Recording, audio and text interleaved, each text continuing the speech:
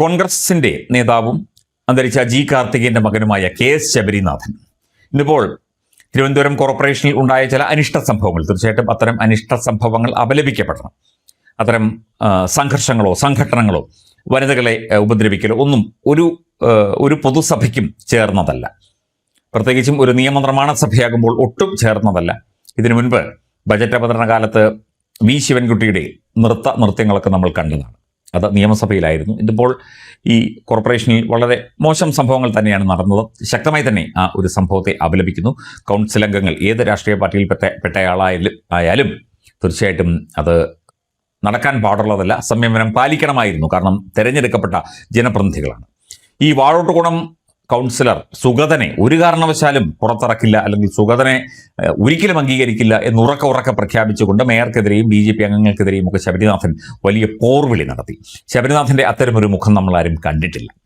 അപ്പോൾ നമ്മുടെ ഒരു അടുത്ത സുഹൃത്ത്, അദ്ദേഹം ഒരു മാധ്യമപ്രവർത്തകൻ കൂടിയാണ്, അദ്ദേഹം ഫേസ്ബുക്ക് പോസ്റ്റിലൂടെ ചോദിച്ചതാണ്, ഇത്തരത്തിൽ ഈ ശബരിനാഥൻ വളരെ ശാന്ത സ്വഭാവക്കാരനാണ്. ചാനൽ ചർച്ചകളിലൊക്കെ തന്നെ നമ്മൾ അദ്ദേഹത്തെ കണ്ടിട്ടുണ്ട്. അതുപോലെ ജി കാർത്തികേയന്റെ മകനാണ്. ആ ഒരു ശാന്തതയൊക്കെ അദ്ദേഹത്തിനുണ്ട്. ഇത്രയും കിടന്ന് ബഹളം വെക്കണമെങ്കിൽ, അല്ലെങ്കിൽ ഇത്രയും പ്രശ്നങ്ങൾ ഉണ്ടാക്കണമെങ്കിൽ തിരുവനന്തപുരം കോർപ്പറേഷനുമായിട്ട് ബന്ധപ്പെട്ടോ അല്ലെങ്കിൽ CPM-ഉമായിട്ട് ബന്ധപ്പെട്ടോ ഒക്കെ തന്നെ എന്തെങ്കിലും അഴിമതിയിൽ ശബരിനാഥനോ അദ്ദേഹത്തിന്റെ സഹധർമ്മിണിയോ IAS ഉദ്യോഗസ്ഥയാണ് പങ്കുപറ്റി കാണും എന്നുള്ള സംശയം തോന്നുന്നില്ലേ എന്ന് ചോദിക്കുകയാണ്. അങ്ങനെ ഉണ്ടെന്നല്ല, തോന്നുന്നില്ലേ എന്ന് ചോദിക്കുകയാണ്.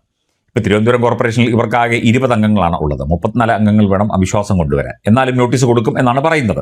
ആയിക്കൊള്ളട്ടെ, അതൊക്കെ അതിൻ്റെ വഴിക്ക് നടക്കട്ടെ. പക്ഷേ ഇതിൽ നിന്ന് എന്തെങ്കിലും ലാഭം ശബരിനാഥനോ അദ്ദേഹത്തിൻ്റെ സഹധർമ്മിണിയോ പറ്റിയിട്ടുണ്ടോ എന്ന സ്വാഭാവികമായ സംശയം നമുക്കൊക്കെ ഉണ്ടാകും.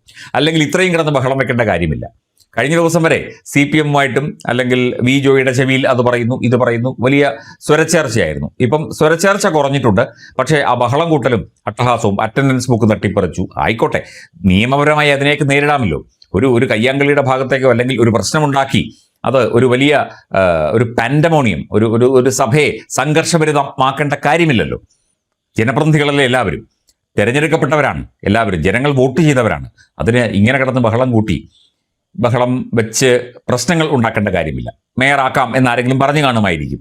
അല്ലെങ്കിൽ ഇപ്പോഴുള്ള മേയറെ എങ്ങനെങ്കിലും വലിച്ചു താഴെയിടാൻ വേണ്ടി ആരെങ്കിലും കൊട്ടേഷൻ കൊടുത്ത് കാണുമായിരിക്കും.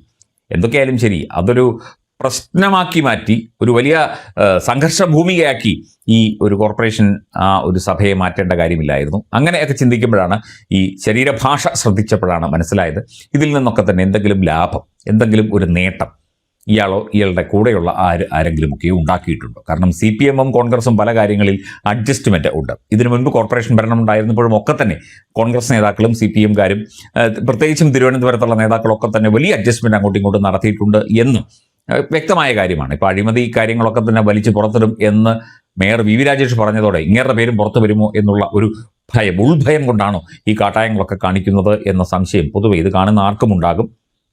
അങ്ങനെയാണ് ആ ഒരു ബോഡി ലാംഗ്വേജ്, ആ ഒരു ശരീരഭാഷയും ആ ഒരു ശരീരത്തിൻ്റെ ചില ചലനങ്ങളും ഒക്കെ സൂചിപ്പിക്കുന്നത്. അദ്ദേഹത്തിൻ്റെ സഹധർമ്മിണി പിണറായി വിജയനെ നേരത്തെ പുകഴ്ത്തി, അതും കുഴപ്പമില്ല. ഒരു IAS ഓഫീസർ മുഖ്യമന്ത്രിയെ പ്രശംസിച്ചു പുകഴ്ത്തി എന്ന് വിചാരിച്ച് കുഴപ്പമൊന്നുമില്ല. അവർ കമ്മ്യൂണിസ്റ്റുകാരിയാണെന്നൊന്നും അല്ലെങ്കിൽ കമ്മ്യൂണിസ്റ്റ് അനുഭാവിയാണെന്നൊന്നും നമ്മളാരും കരുതുന്നില്ല. അവർ സിവിൽ സർവീസ് ഉദ്യോഗസ്ഥയാണ്, നല്ല റാങ്ക് വാങ്ങി പാസ്സായതാണ്. പക്ഷേ ഇതിനകത്തൊക്കെ ചില ഇടപാടുകളിലൊക്കെ തന്നെ ഇദ്ദേഹത്തിന് എന്തെങ്കിലും തിരുവനന്തപുരം കോർപ്പറേഷനുമായി ബന്ധപ്പെട്ട് പങ്കുപറ്റുകയോ എന്തെങ്കിലും ഉണ്ടോ എന്ന സംശയം ഇപ്പോൾ തോന്നുകയാണ് ഇതൊക്കെ കാണുമ്പോൾ.